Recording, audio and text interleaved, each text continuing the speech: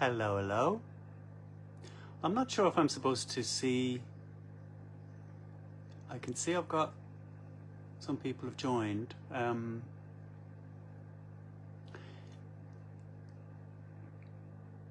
Aha!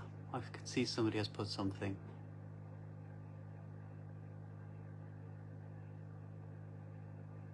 Hello, Max.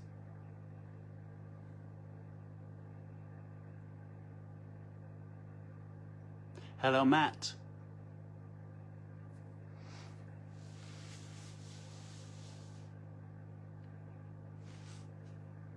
I realise I'm gonna have to talk, aren't I? I can't just look at the screen and all your names. Thank you for joining me, and thank you for everyone. We made it anyway. Thank you for everyone who tried to get me up to 1,000 followers on Instagram. That was a bit of a nightmare.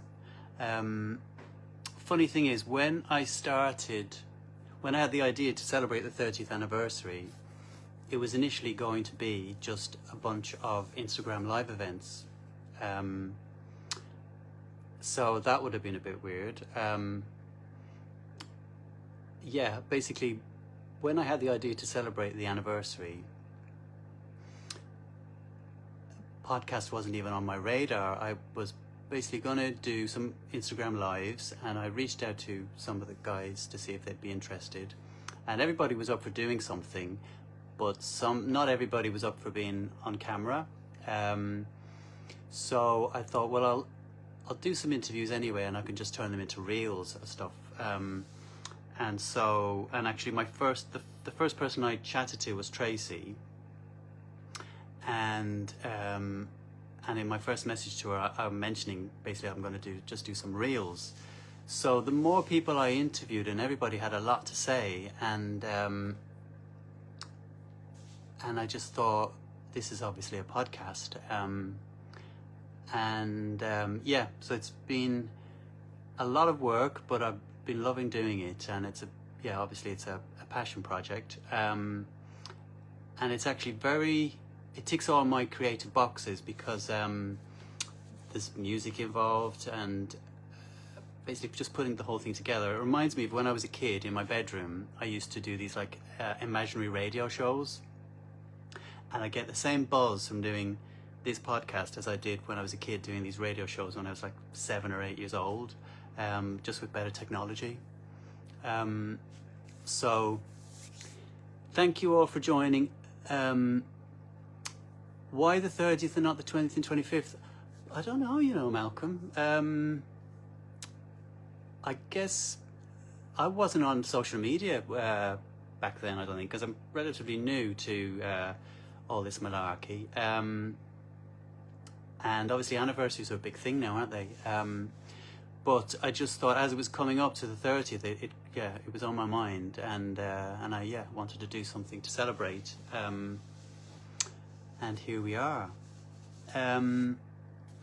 So yes, we've got lots of questions. And thank you for all the questions, and I guess I'll jump in. I've printed a load out. There's some on the screen, but I'm old school. I've gone paper and ink. So let's start with and some of these questions actually they're going to be answered in the podcasts coming up. So if I don't answer some, it's probably because they are going to come up in the podcast, and my head's all over the place with the podcast at the moment because I'm editing so much that I don't know what's gone out and what's not. Yeah, there's just like a lot going on at the moment. I know this week has been Dean, who was fantastic. I hope you all enjoyed him. And I was delighted when Dean said he was up for doing it because I knew he'd have amazing stories. And you haven't heard all of them yet because, like I said, I think in this week's episode, taking Nukleopatra on the road is hilarious, and so I can't wait for you all to hear the stories from Lynn, Dean and J. John. So yes, questions and answers. Michelle, the story behind the song The Right Stuff and the two versions. So it was this week, wasn't it? I did The Right Stuff. Yes, this in the episode that's out this week, we talk about The Right Stuff. And Michelle, I'm sorry you didn't send this question earlier, because I had completely forgotten that there was another version of The Right Stuff. So I went to listen to it, and yes, so basically The Right Stuff was on the B-side to Rebel Rebel, and it's pretty much got it's just the chorus and a lot of instrumental with samples. So I can't really remember how about that one, but I think we recorded it with just this like half instrumental. I think, does the version on the B-side have the Hooked on Love bit? I think it does. It had the Hooked on Love bit and the chorus, but no kind of verses in the middle. So I just reckon after it was released as the B-side, maybe Pete was inspired and he came up with something to add to it. So they decided to put on the album as a full song. And so I think the one that's on the album is probably makes more sense than the one that was on the B-side, which was a bit random. So that's the answer to that one. Mr. Ray's Wig World on Instagram. Without wanting to come across as rude, I often feel like Nukleopatra, like many other albums during CD's Imperial era, is long because it could be. Have you ever felt that it could have been shorter? Either editing down longer tracks or even culling one or more. I appreciate that ultimately it's Pete and Steve's choice, but if it was down solely to you, well, I think because it's Dead or Alive, Ray, it actually doesn't bother me. I think with some other artists it would. Like to say, for instance, if I'm doing a Steps album, that would be a real consideration to make the songs, concise. And but with Dead or Alive, they kind of have a history of the extended versions. I talk about in the podcast about Steve loved the 12-inch format, and and going back on previous albums, Mad, Bad and Dangerous to Know, you had the extendeds of Something in My House and Brand New Lover. Youthquake, there was a couple of really long tracks on there, and I'm sure Sophisticated Boom Boom had a couple of longer versions. It's just what the band were all about. So I think I think it just fell in line with their catalogue to have some of the songs are extended and some are more traditional in length. But it's I was most familiar with the Japanese version, and I know there's so many different versions on the different formats that were released around the world. And we talk about that in the podcast as well. And I think it's in a question somebody has posted about why there were so many different versions. And like say the Australian edition is different track listing and different edits to the American. Well, it's simply a marketing tool, I think. And Steve was quite savvy in realizing there's with each different format, there's a fan base who want to have all the formats, and you're giving them something new at the same time. So definitely with Cleopatra Records, who put out the American version, that was a consideration, and they obviously different artwork, different track listing, different versions. I'm not sure whether it's in one of the questions, but I have read it online. Why did they include the Fan the Flame version of Unhappy Birthday in I think that's on the Australian as well, isn't it? It might be on the Australian and the American. I have no idea why they did that. I'm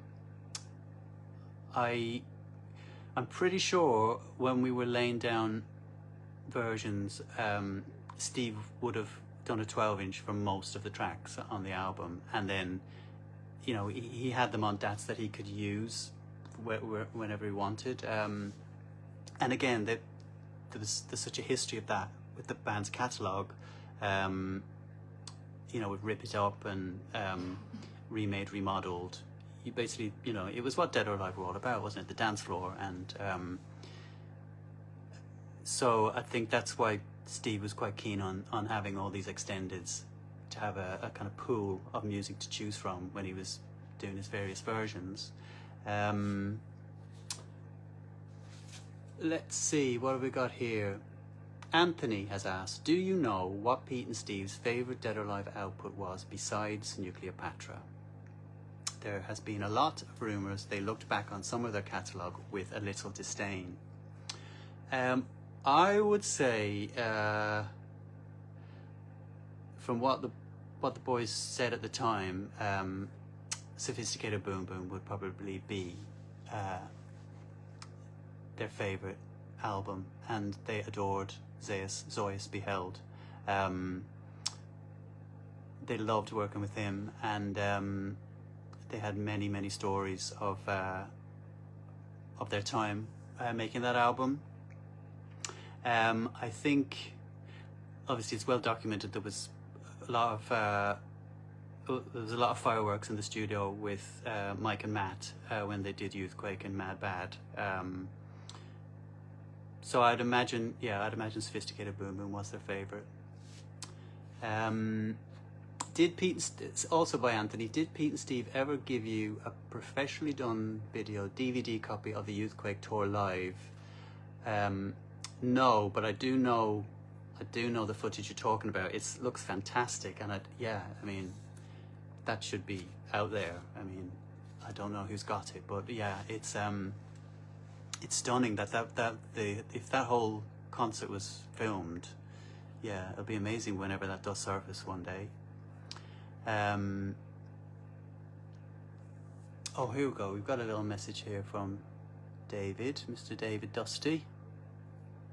Shall I read this out, David? Just a little story relating to the album. Steve and Pete came down to a club night I was involved in called Bambina and bought me a carrier bag full of albums to give away.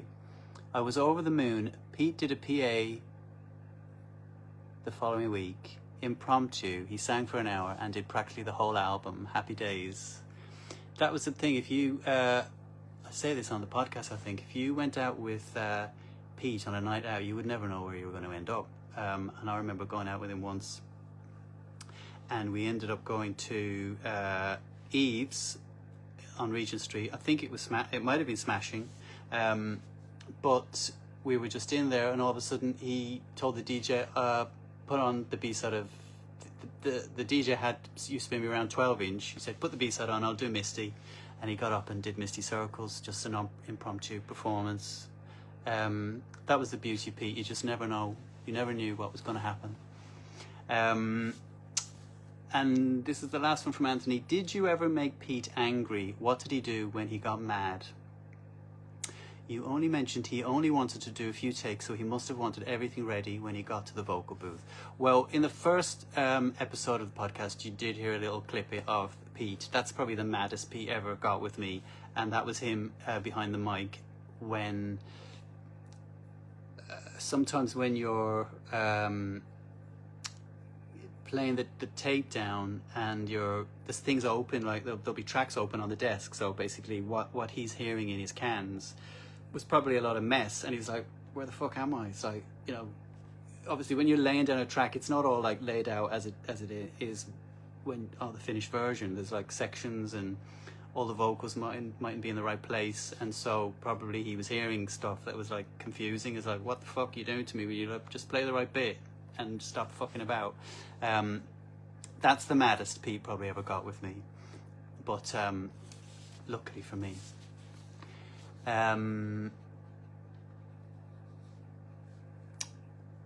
Will there be any more little snippets? Gage wants to know. Hi Gage. I don't think there'll be any little more snippets like that. That was a one-off. But there are funny little things coming up. So, yeah, there's lots. On the podcast, we are about halfway through. So there's probably another 4, maybe 5 episodes to come. So, will we get a snippet of I Don't Care About Your Heart? So yeah, I know a lot of people ask about this track, and And obviously I mentioned it in episode 1 about how they recorded it with mic stock, or at least it's basically on the multi-track tape. I didn't hear that version, so I don't know how much was recorded or what was on that tape, but the fact that they even recorded it at all confuses me. But we did do a version of it for the album and we just could not make it work, so I do talk about it in the podcast. It's coming up, so I won't say too much because don't want to spoil the episode, but we did try to make it work and it just didn't work. But the song obviously ended up on Fan the Flame Part 2, so you can actually hear the song. So that one is there to be listened to. Oh, these are going quite fast, aren't they? How do you stop it going so fast?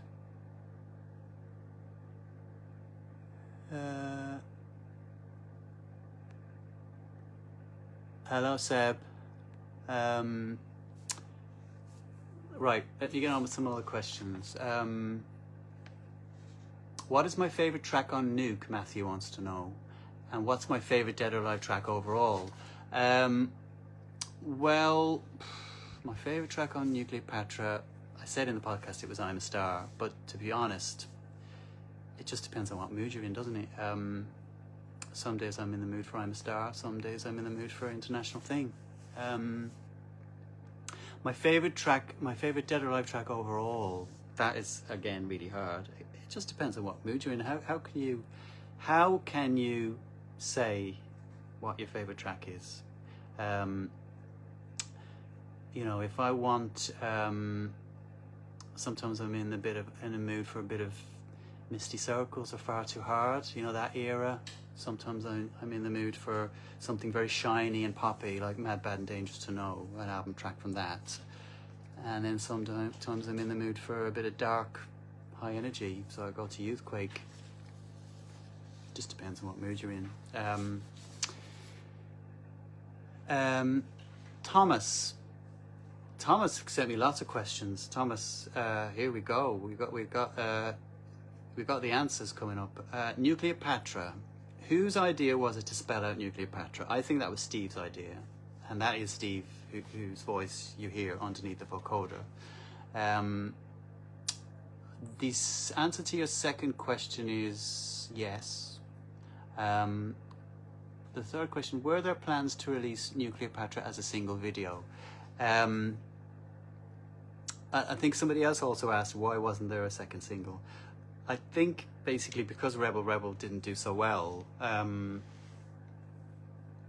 the label just didn't want to put out another one. So that's why there wasn't a second single with PWL.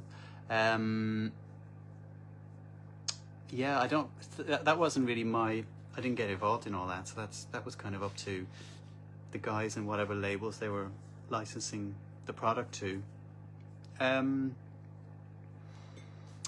Was the song Open Up by Left Field inspiration for International Thing? Yes, most definitely, and most definitely inspiration for Rebel Rebels. If anyone who's heard it wouldn't be able to mistake that. Getting It On, was this originally meant to be a dub version of Unhappy Birthday, as it has many samples from that song? Yes, so we do talk about that coming up in a couple of episodes' time. I wasn't involved in that one. So two guys at PWL called Martin Neary and Jason Barron, who unfortunately is sadly no longer with us, but Martin and Jason were called the Juices, and they were a team who did some remixes around that time, and Steve knew everybody in the building, and basically Steve just gave them vocals from Unhappy Birthday, just let them loose on it to do a remix, and they were more into doing dubs and stuff like that. So that's how that track came about. And I have been in touch with Martin to get more of the story, and I think Pete really liked what they did, and the plan was for him to come in and sing something new over their backing track, but it seems when it came to it, that didn't happen. So I think basically Pete probably didn't come up with something that he was happy with, and they just ended up going with the dub that it was. So that's how that one came about. Songs from Fan the Flame Part 1 and 2. You Were Meant for Me and I Want to Be With You were remade, remodeled into International Thing and Sleep With You for the Nukleopatra project. Gone Too Long and Unhappy Birthday were also revamped too. Can you tell us more about why those songs were selected over some of the other songs on those two albums? No, I can't, because basically that was just down to Pete and Steve. They decided what they wanted to do.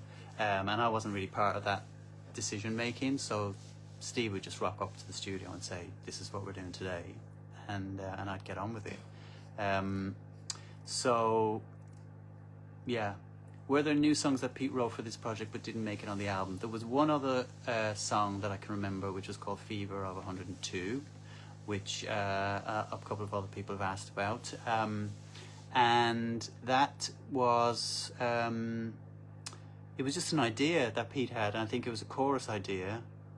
And I can't even remember whether we vocaled it, but we obviously started it, and it's on a tape because there's a photograph of the multi-track floating around the internet.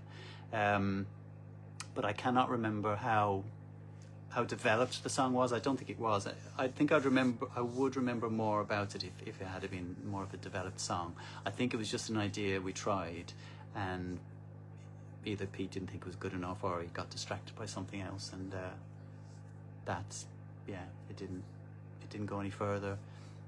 Hi Alvin. Alvin wants to know, I heard somewhere that Pete wanted Sylvester samples and style.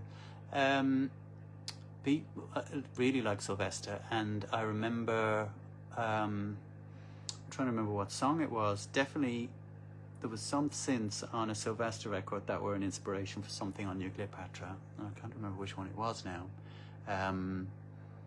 But, you know, Pete would come into the studio very excited with ideas for things. And, you know, he could have heard a sound on a Sylvester record and said, "Can you do something like that?" And that happened all the time. So we didn't sample anything, but we definitely were inspired by Sylvester. This is the last one from Thomas. Picture this. Pete was a fan of Blondie and often referred to Dreaming as a favourite of his. It was rumoured Dreaming was to be the cover he wanted to record, but Picture This was included instead. Was Dreaming ever recorded and shelved? Was there any other Blondie cover versions that he considered or recorded for this project? No, Dreaming, we didn't record Dreaming. And I can't remember any other Blondie cover versions. No, they just came in and said they want to do Picture This, and that's what we did. So that's that page of questions. Did I do all those?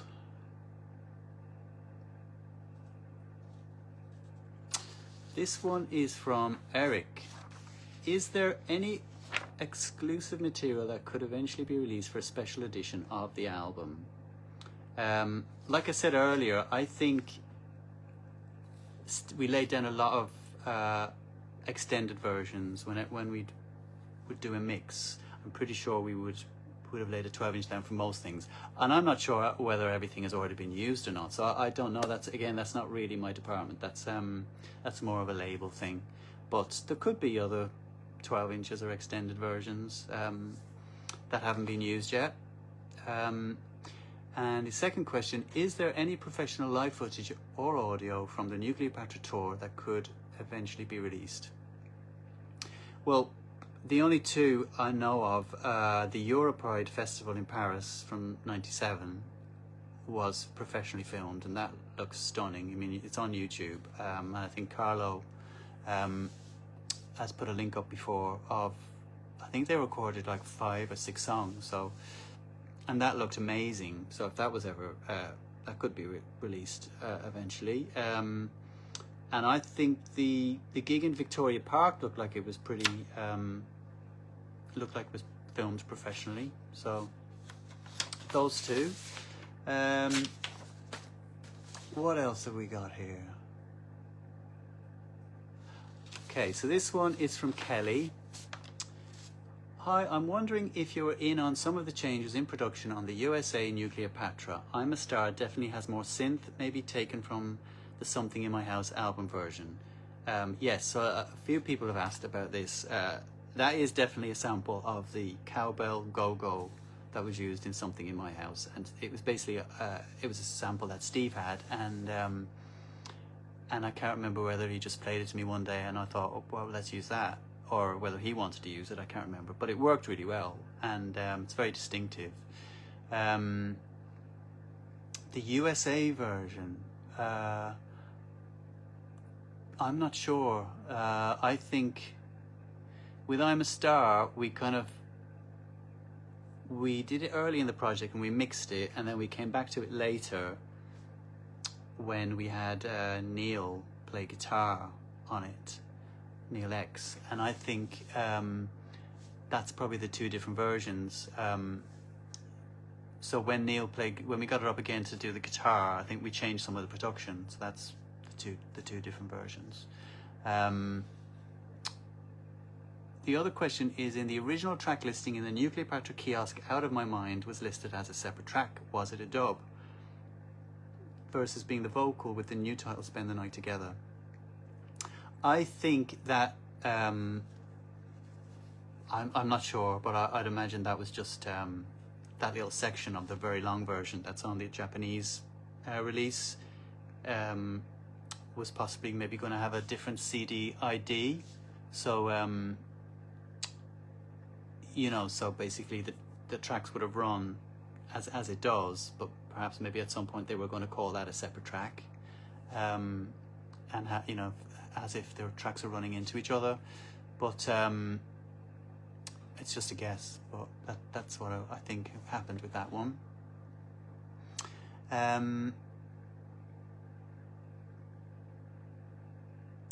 What else have we got here? I'm missing some of these things on the screen, by the way. Max, I asked about a Dolby Atmos mix of the album, but Demon Records claim that they only have access to the production master. Is that? Production masters. Does that mean that the original reels are lost? I don't know, Max. I don't know where the original reels are, to be honest with you. I think I talked about that on the podcast, where, they could have been left at PWL. I'd imagine Steve was pretty good at keeping copies of everything, so I'd imagine Steve had all the reels. But yeah, I don't know. I'm sure if there was, if the potential to have a Dolby Atmos mix of something was there, it would be utilized. Carlo, we need your book now. I think the podcast is enough, Carlo, right now.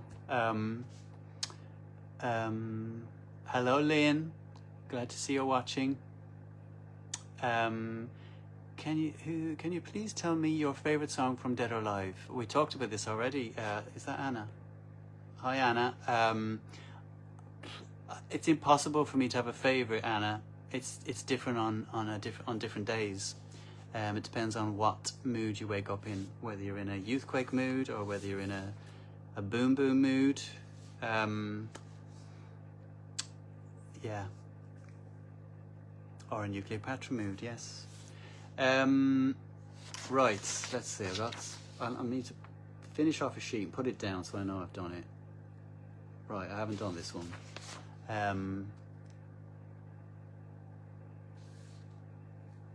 What was my favorite part of, what was your favorite part of making the album, and will we ever get some other videos in HD or 4K? My favorite part of making the album was obviously getting to meet and work with Pete and Steve, and meeting Lynn, obviously, and just our friendship. That's just was the most special thing, and a magical thing. And the fact that it seemed to go on for, I mean, it's weird as you get older, when you look back on things, that they seem to have been quite a long time, and we did seem to take quite a long time to make that album. But looking back on the diaries, which I have, we did take a long time to make the album, but there was lots of gaps. Yeah, just hanging out with them and just the laughs. Yeah, it was just amazing. And there was a second part to that question. Will we ever get some of the videos in HD or 4K? Again, that's not my department. I'm not sure about that. I hope so. That was Ian, by the way. Thank you, Ian, for that question. Dandy, why wasn't Nukleopatra single after Rebel Rebel? I think the fact that Rebel Rebel didn't do that well, they weren't really keen. I'm talking about PWL, weren't keen on putting another one out, which was a shame. Max wants to know, was the album recorded straight onto DAT or was a regular reel-to-reel tape used? This is part of your other question. Okay, it was both. When we did a mix, we would have a DAT machine and we'd have a 1/2 inch there, and we'd basically press record on the DAT, press record on the 1/2 inch, press play on the multi-track tape, and we would play the mix down and record onto both formats. And so then you would have your 1/2 inch, and if it needed to be edited, then you would obviously do all your editing on the tape, on the 1/2 inch tape, and then when it was all sounding good, if it was an extended or whatever it was, when it was finished, then you would bung that back onto the DAT. So you would have the edited 12 inch on the DAT, and then if you needed to deliver a 1/2 inch to a license, to a label or something, you would have to then go from the DAT back to a 1/2 inch to, no, hold on, it was already on a 1/2 inch. So you would probably, I can't remember. I think you would they have got that? I'm trying to, you probably would have sent the 1/2 inch with all the tape that edited it all up to the factory to make the record from that, I think. Somebody else probably got a better answer to that question. How did you get chosen for the job? Was there an audition process? Who approached you?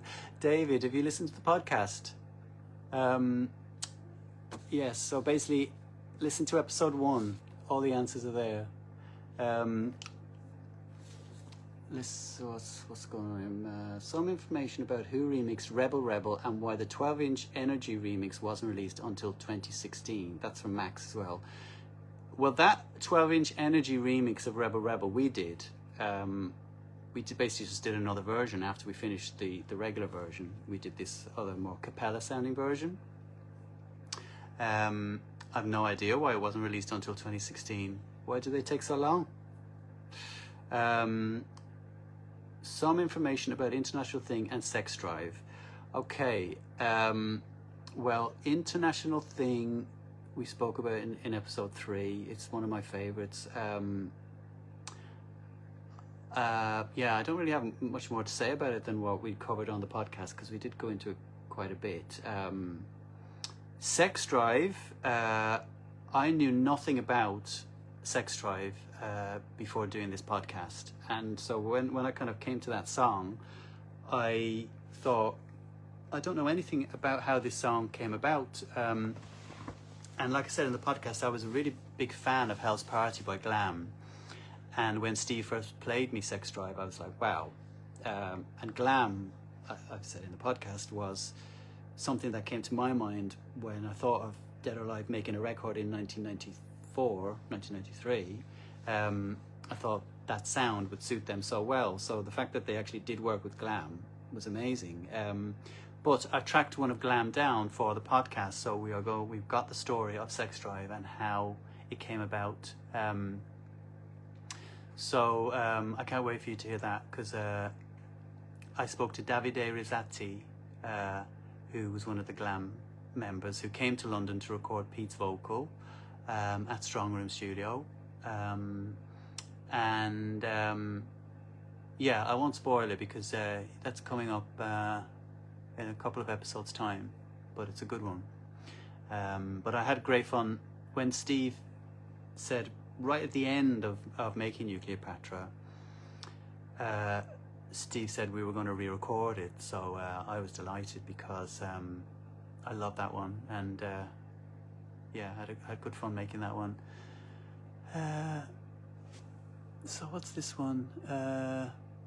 Matthew Roybell. Hi Matthew, thank you for this live chat. My question has always made me wonder, what was the background inspiration reason for the cover of Picture This? Do you know, I don't know, Matthew. I don't know. I don't have the answer to that one. Pete obviously liked it. Sorry, don't have a better answer to that. David Lindsay, would you ever like to revisit these songs for a new remix project or any other Dead or Alive songs? I'm not sure. Part of me would. I mean, in terms of the older ones, part of me would like to get my hands on the multi-tracks just so I could hear the parts. But the other part of me doesn't really want to try and attempt to do it again because they've just done so well the first time around. Oh, here we go. What's this one? Anna, can you please tell us the studio that Pete recorded Mad Bad and Dangerous to Know in? Well, that was PWL. Yeah, and it was quite lively sessions, I believe. There was lots of fireworks in the studio for that one. But yeah, it was at PWL. Hell's Party and Sleep With You have a lot of similarities, says Alvin. Yeah, they probably, yeah, maybe that was a plot track, I can't remember. Yeah, you're right. There was lots of records we used as inspiration. Glam was probably one. Capella, obviously, the Left Field record. And I talked in last week's episode about a record I loved by Kerry Shaw called Could This Be Love. That was the sound of that was kind of running through the album. Right, where was this list? Do I still have the floppy disks? No. They were Steve's floppy disks, so he probably took them at the end of the day. Probably wouldn't be much good to me nowadays, so I don't know what to put them in. If Pete and Steve were alive, would I work with them on a new album? Absolutely. Yeah. That would be something. Thanks, Max, for those questions. Neil, do you know if Take That and George Michael were upset about being called crashing bores? I have no idea, Neil. I'm sure they were honoured to be mentioned by Pete in the song. Okay, so that's that sheet done. And I think I've done some of these ones.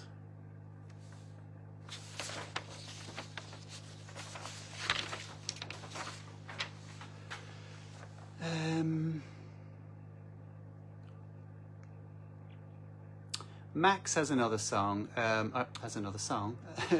you got a song for us, Max? Max has another question. And he wants to know about the track Go Motherfucker Go.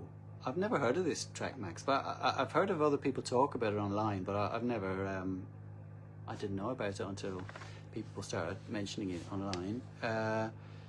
If you're on here, maybe do a comment to just tell me where you heard about this song, or does anybody else know? I've never heard of that one.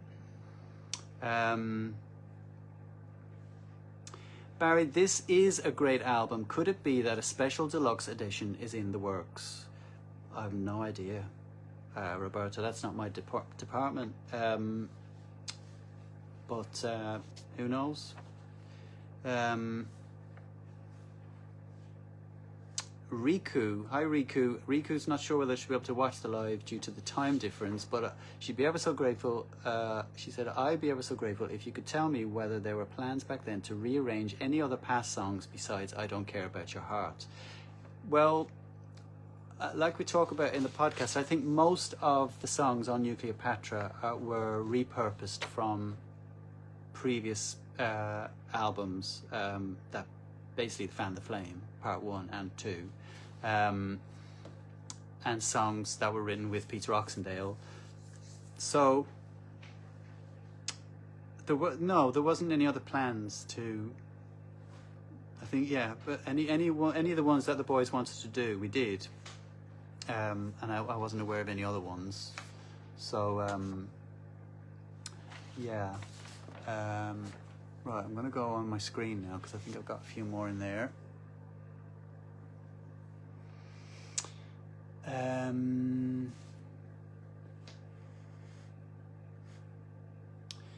Let's see. Mila has sent some questions in. Hi, Mila. Congrats on celebrating 30 years of Nukleopatra, such a gem in Dead or Alive's catalogue. I have 2 questions. If I can remember correctly, you described the recording sessions with Pete as witty, generous and full of humour. How do you feel that studio atmosphere influenced the sound and energy of tracks like International Thing or Spend the Night Together? I think, I don't know. It was pretty much the first album I'd worked on. I might have done one other project with a friend of mine, but it was such fun. I guess it had to kind of infect the music somehow. We did have such a laugh, but I think whoever Pete and Steve were in the studio with would have had a laugh. So that, I think, probably permeates all their music, because it's just them, you know. It's their it was just who they were, just funny fuckers, and I had to infect the music, and it did. Critics were divided on Nukleopatra, with some praising its bold Eurohouse direction and others dismissing it. 30 years later, do you think the album deserves re-evaluation as a pioneering work in mid-90s electronic pop? That's very kind, Mila. I'm not sure about pioneering. I think the music was pretty... it was the sound of the time. I don't think we were trying to kind of break any molds or we weren't trying to do anything pioneering. I think what sets any Dead or Alive record apart from others is obviously Pete's voice and Pete's lyrics and everything he put into the record. That's what makes his records stand apart from others. So even though the music was quite of the time, without Pete on there, they would have been very bland, just generic dance music. It's Pete that gives it its personality and its specialness. Yeah.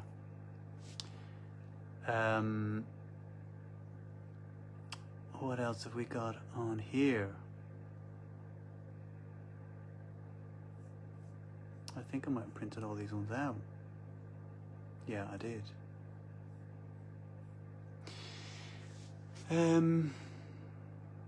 Right, I should be scrolling here. There's loads here as well. Sorry, I've been ignoring you guys on the screen. Gabrielle. Hi, Gabrielle. Oh, Gabrielle, you missed earlier. Okay. Right, so earlier I did talk about Fever of 102. But it was an idea that Pete had, and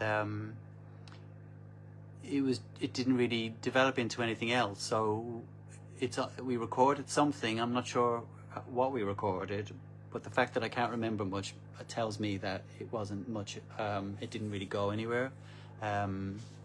So I don't think Fever of 102 will ever surface, because I don't think there's much to it. I mean, I think it was a good idea, but it just didn't get developed. Did you also produce the album Fragile? No.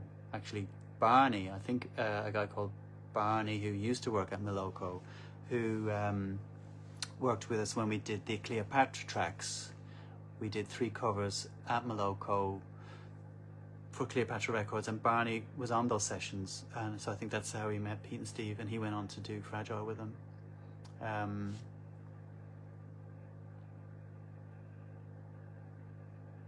Gracie, Could This Be Love has become a fast favourite of my own. Thanks for introducing me to it. Well, I'm glad you like it, Gracie. Yeah, it's a big favourite of mine.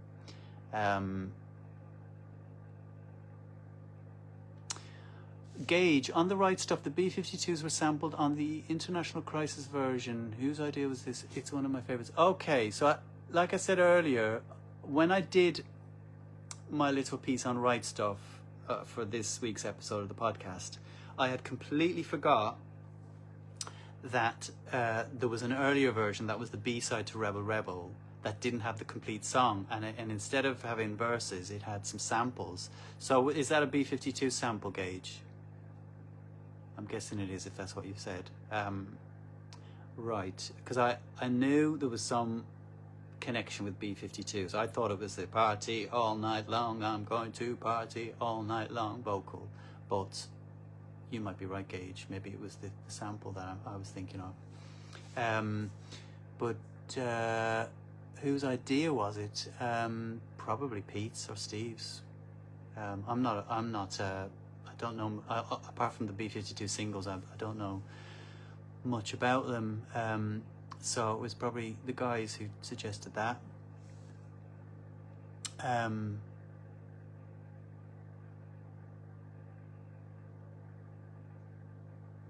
Do I know where the forest that Pete is running in the Something in My House video? This is from Anna. I think I do, Anna. I think it's Hampstead Heath. I think I've heard that before. They did the video on Hampstead Heath, the bit where he's running in the forest. So get yourself down the heath, Anna. Go for a midnight run. Are you working on any projects now? Who are you working with? David, do I have time to work on any projects? I'm doing this bloody podcast. It takes up every moment of my life at the moment. But I'm enjoying it.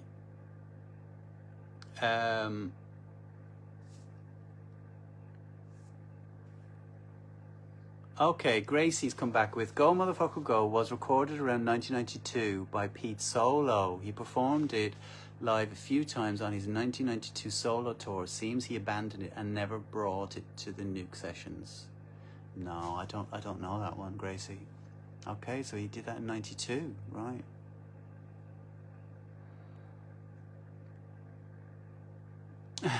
Anna, today I feel like a kid who asking the teacher, thank you for this live.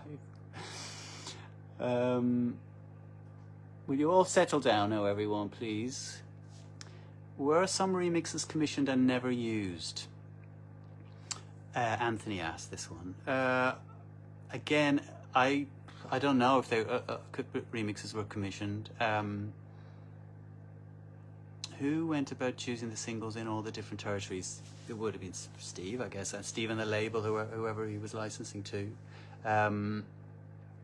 But like I said, we did some remixes ourselves. So somebody asked about the energy mix of Rebel Rebel. So that was us who did that one. We just did another version after we finished the single version. And I'm trying to think if there was another track we might have done. I'm feeling maybe we started something and then scrapped it and started again. Maybe Nukleopatra. We might have started that one again. Sometimes that happens. Sometimes if you're not feeling it but you think the song is good, you just ditch it and basically start from scratch, hoping that it's going to sound better. It was probably more tricky back then, whereas now it's much easier with the technology to make things work and stuff.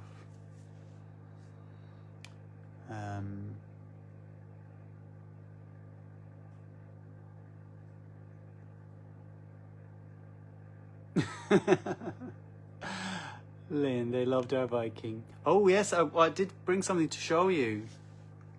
Right, so I can't remember. I think it might have been a birthday present. I don't know, Lynn might remember this.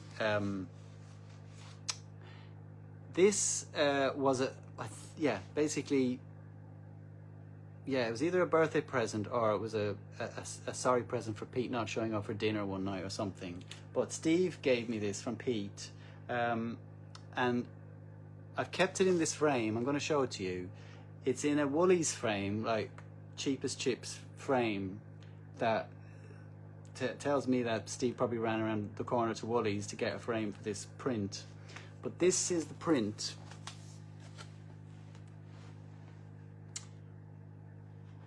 And I don't know whether it's in this week's episode of the podcast I talked about Pete's love of Marlena, which he infected me with.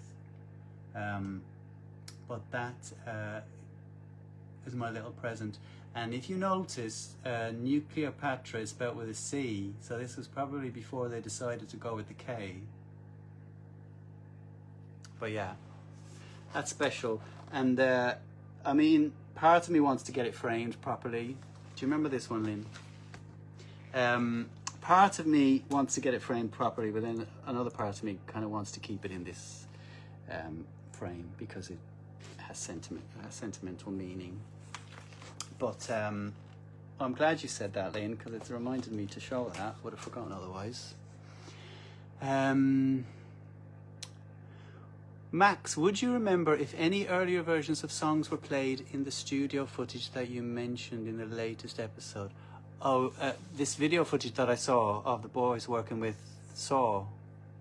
I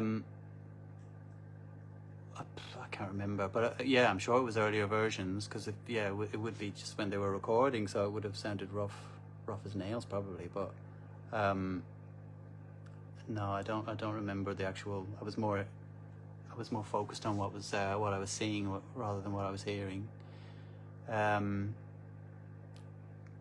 Oh, Matthew. Hi, Matthew. Matthew Denby, do you remember Waterman giving any feedback on the tracks, or was he not that engaged? I remember he loved Unhappy Birthday. He loved that song anyway, regardless of whether it was our version or the Fan the Flame version. Not really. No, I don't remember him really coming in to give feedback. No, I don't think he was involved. It was basically let us loose on it, or he didn't bother us with it. With just let us get on with it, basically.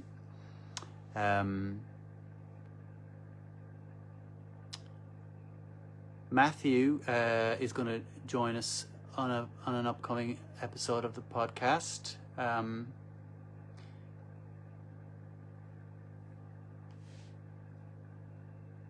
Will there be a second live questions and answers after the last podcast? Malcolm wants to know. Well, Malcolm, I've run out of questions, so you'll have to think up some more ones. But yeah, I'd be up for doing another one.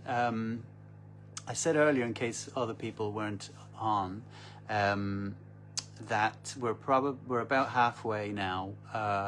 There's probably 4, maybe 5 episodes left.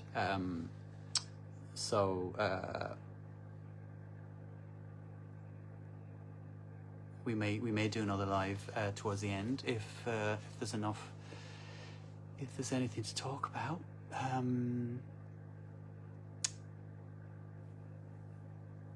Alice, my favourite is Gone Too Long, Getting It On, The Right Stuff and International Thing. Thanks for that work of art. Oh, well, thank you, Alice.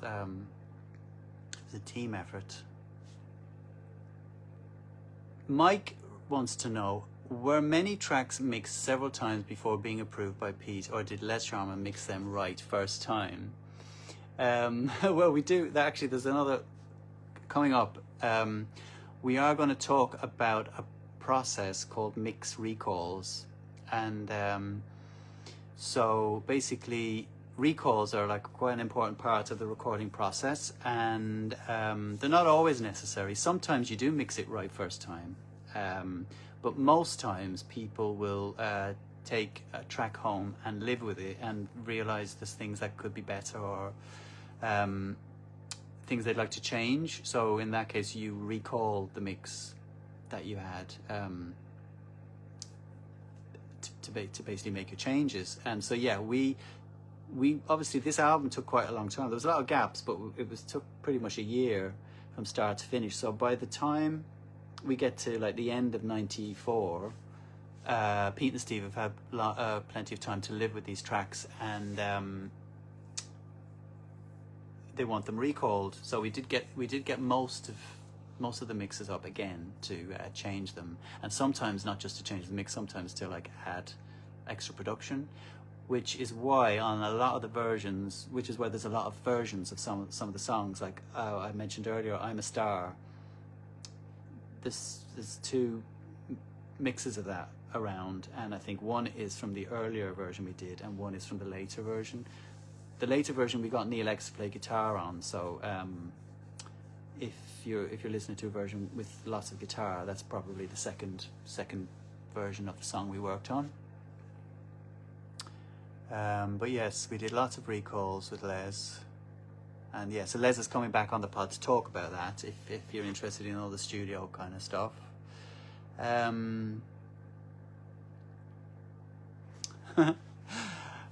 Matthew, hamster teeth, that's where the George Michael reference possibly came from.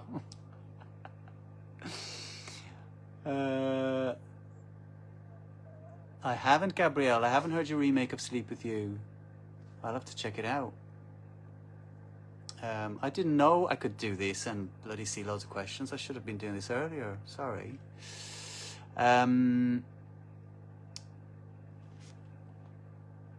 It is fun. Doug wants to know, sounds like you're still producing the podcast. Must be so fun for you. We're all loving it. Can't wait for the next episode. Mahalo, aloha from Honolulu. That's lovely. Thanks, Doug. Yes, it is a lot of fun. It's a lot of work, but I am having fun. I'm especially having fun at the moment, Lynn. Today I've been editing the Taking Nukleopatra on the Road episode, and Lynn knows why I'm laughing. There's some stories in that episode that are making me laugh. By all three, Jay, John, Dean and Lynn all tell the same story, but I'm having to figure out, well, basically I'm going to let them all tell it, but yeah, some funny stories in that one.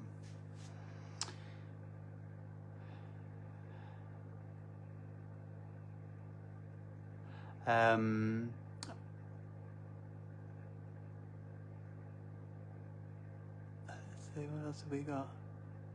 David Hodge. The album for me personally is pop perfection. It's everything I loved about that time. Thank you for making it so special. We will always miss the boys, but whenever I play it, they are back with us briefly. Incredible. Thank you, David. Yeah, I feel the same.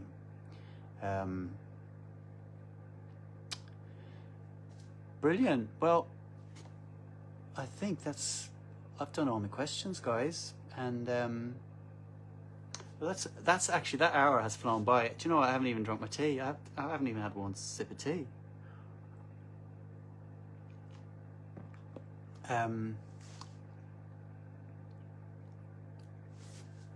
Oh, Gabrielle's got it. I missed the part where you answered my question. But I was talking to you in 2003 about the synths used on the album. Did you usually use factory presets, or was everything customized? I think definitely not everything customized. We would definitely be more likely to be factory presets, I'd imagine, Gabrielle. And I don't know whether you heard on the bonus, I do talk about a lot of the synths we use. I tried to rack my brains trying to remember what they were, and I did a little bit of research. So if you haven't heard that, check it out. Yeah, because you were trying to figure out what that organ sound, wasn't you? I think it was the U220. So yeah, I don't know whether you can still get them or whether there's a soft synth version, but yeah, I think that's where the organ sound came from. Right, well, I think I'm going to say goodnight, everyone. You're welcome, Anthony. I'm glad you're still learning a lot. But yes, you'll learn a lot more on these the next episodes to come. There's still a lot to come. Yeah, I can't believe we're only halfway through. But yeah, some amazing guests. I loved Dean's chat. J. John, hi J. John. He's still got to come. We've got some great stories from J. John as well. Thank you, J. John. Which episode can I hear about the synths? That's in the I think I did that on the bonus. So if you go to the website barrystonemusic.co.uk and sign up and go to Nukleopatra's Tomb, you'll hear all the bonus bits. Do you know what, Max? I don't have any images of Pete and Steve in the studio at that time, and it's a real regret. I mean, I didn't get a mobile phone till the noughties. I was really late to get a mobile phone, but I did have, I was one for like taking photos and recording things on camcorders. But I can't believe I didn't get any footage of the boys. Yeah, it's a real regret. Stupid, but Right then, I will say good night. Thanks everyone for joining. That was a nice hour of me chatting shit to myself. Yes, like somebody said, well, should we do another one? Possibly, yeah. Maybe we'll do one towards the end of the podcast. But yes, I will see you all very soon. And keep listening and take care. Bye.